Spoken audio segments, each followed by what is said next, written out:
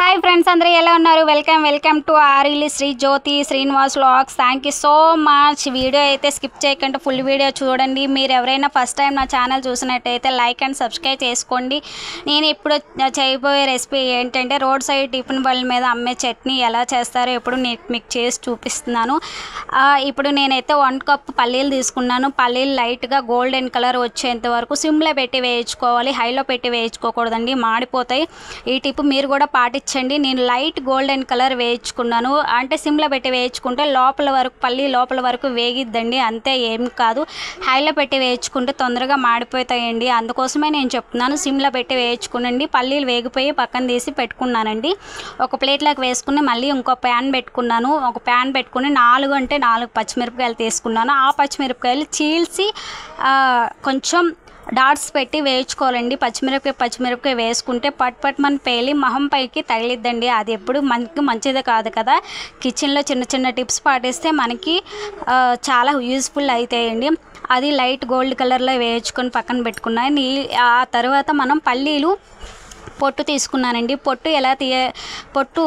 తీసేటప్పుడు పాది అంటే హాఫ్ వంతు పొట్టు ఉండేటట్టు హాఫ్ వంతు పొట్టు లేకుండా తీసుకోవాలండి అప్పుడే చట్నీ చాలా టేస్టీగా సూపర్గా ఉండిద్దండి నేను పాది వంతు అలాగా హాఫ్ వంతు ఇలాగా నేను పెట్టుకున్నానండి ఇప్పుడు పల్లీలు మిక్సీ జార్లోకి వేసుకున్నాను మిక్సీ జార్లో మొత్తం పల్లీలు వేసుకున్నాక 4 రెబ్బలు ఎల్లుల్లిపాయలు వేసుకున్నానండి ఎక్కువ వేసుకోకూడదండి ఆ స్మెల్ వచ్చేసిద్ది కదా నేను 4 రెబ్బలు వేసుకున్నాను కొంచెం జీలకర్ర 4 పచ్చిమిరపకాయలు మీకు నచ్చినట్టయితే కొంచెం అల్లం వేసుకోవచ్చు నేనైతే అల్లం వేసుకోలేదండి వేసుకొని నేను కొద్దిసేపు మిక్సీ జార్లో ఫస్ట్ పొడిగా మిక్సీ పట్టించుకోవాలండి అప్పుడే చట్నీ బాగుండిద్ది మొత్తం పల్లీలు వేసుకొని వాటర్ పోసుకొని అలాగా చేయకూడదండి ఫస్ట్ ఇవన్నీ మిక్సీ పట్టించేసాక ఆ తర్వాత మనం కొంచెం వాటర్ వేసుకోవాలండి నా వీడియో ఎవరైనా మీరు ఫస్ట్ టైం చూస్తున్నట్టయితే ఒక చిన్న లైక్ అండ్ సబ్స్క్రైబ్ చేసుకోండి అలాగే థ్యాంక్ యూ సో మచ్ నేను ఎక్కువగా ఫుల్గా కిచెన్ ఐటమ్స్ వీడియోసే చేస్తానండి నా స్టైల్లో అలాగే మా శ్రీకాకుళం స్టైల్లో ఎలా చేయాలా ఏంటని నేను ఫుల్గా కిచెన్ ఐటమ్సే చెప్తాను నేను ఇప్పుడు ప్రజెంట్ చెన్నైలో ఉన్నాను చెన్నైలో ఏ ఐటమ్స్ ఎలా చేస్తారని కూడా మీకు చెప్తాను ఓకేనా థ్యాంక్ యూ సో మచ్ అలాగే సబ్స్క్రైబ్ చేసుకోండి లాస్ట్లో కొంచెం ఉప్పు వేసుకొని మిక్సీ పట్టుకున్నానండి మిక్సీ పట్టుకోలేదు ఆ తర్వాత నేను కొంచెం వేరుశనగపప్పు డాల్ముడి అంటారు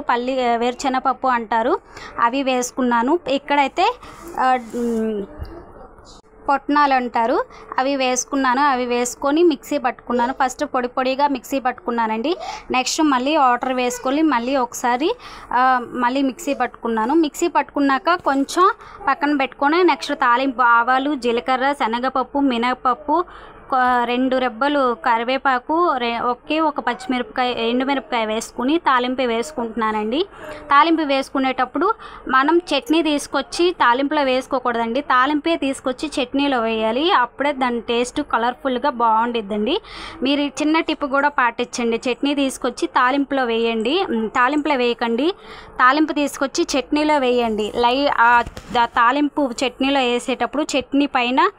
లైట్గా బాగుండిద్ది కలర్ఫుల్గా బాగుండిద్దండి మీరు చిన్న టిప్ పాటించండి అలాగే మీకు నచ్చినట్టయితే ఒక చిన్న లైక్ అండ్ సబ్స్క్రైబ్ చేసుకోండి థ్యాంక్ యూ సో మచ్ అందరికీ కూడా ఫుల్గా వీడియో చూడండి నేనైతే చట్నీలోనే తాలింపు వేస్తున్నాను అలాగే వేసుకోవాలి ఎప్పుడు కూడా చాలామంది చట్నీ ఉడకబెడతారండి అలాగే ఎందుకు ఉడకబెట్టాలి చట్నీ అంతే అయిపోయింది ఇంకా దాన్ని వేడి చేయకూడదు ఏం చేయకూడదు ఇది ఇలాగే బాగుండిద్దండి